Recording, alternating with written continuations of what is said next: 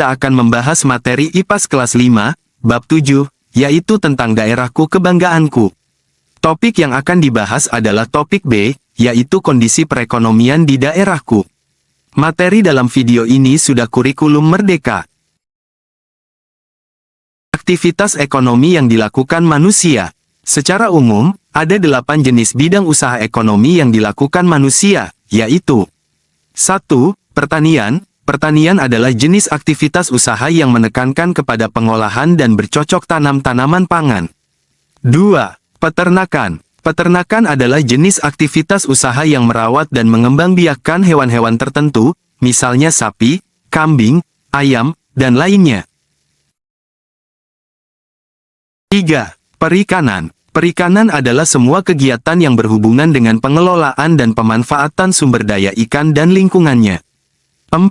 Perkebunan. Perkebunan adalah segala kegiatan yang mengusahakan tanaman tertentu pada tanah atau media tumbuh lainnya dalam ekosistem yang sesuai.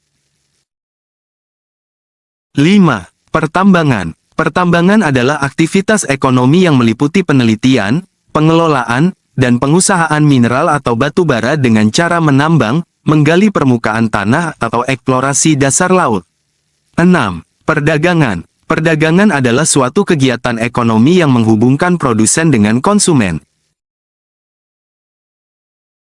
7. Perindustrian. Perindustrian adalah aktivitas ekonomi yang mengolah bahan baku menjadi barang setengah jadi atau barang jadi. 8. Jasa atau layanan. Jasa adalah aktivitas ekonomi yang melibatkan interaksi dengan konsumen namun tidak terjadi pemindahan kepemilikan atas suatu barang. Aktivitas ekonomi disebabkan kondisi geografis. Letak suatu daerah sangat mempengaruhi bentuk aktivitas ekonomi yang dilakukan masyarakat di daerah tersebut.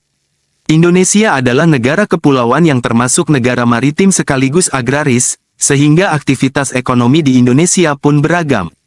A. Pantai. Pantai berbatasan dengan laut, sehingga mayoritas masyarakatnya beraktivitas di laut sebagai nelayan yang kemudian menjual hasil tangkapannya.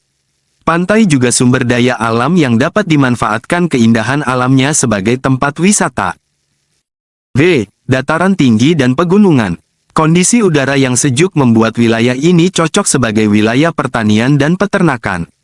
Pegunungan juga memiliki potensi alam yang menarik sehingga tidak jarang dijadikan lokasi wisata. C. Dataran rendah. Wilayah dataran rendah biasanya berkembang menjadi wilayah perkotaan karena manusia lebih mudah membangun sarana dan prasarana untuk mendukung aktivitas masyarakatnya. Tempat mayoritas penduduknya beraktivitas biasanya adalah perkantoran dan pusat-pusat pemerintahan.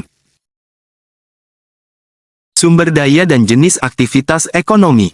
Sumber daya dapat mempengaruhi aktivitas ekonomi, sebagai berikut. A. Sumber daya alam. Indonesia memiliki sumber daya alam hayati maupun non-hayati.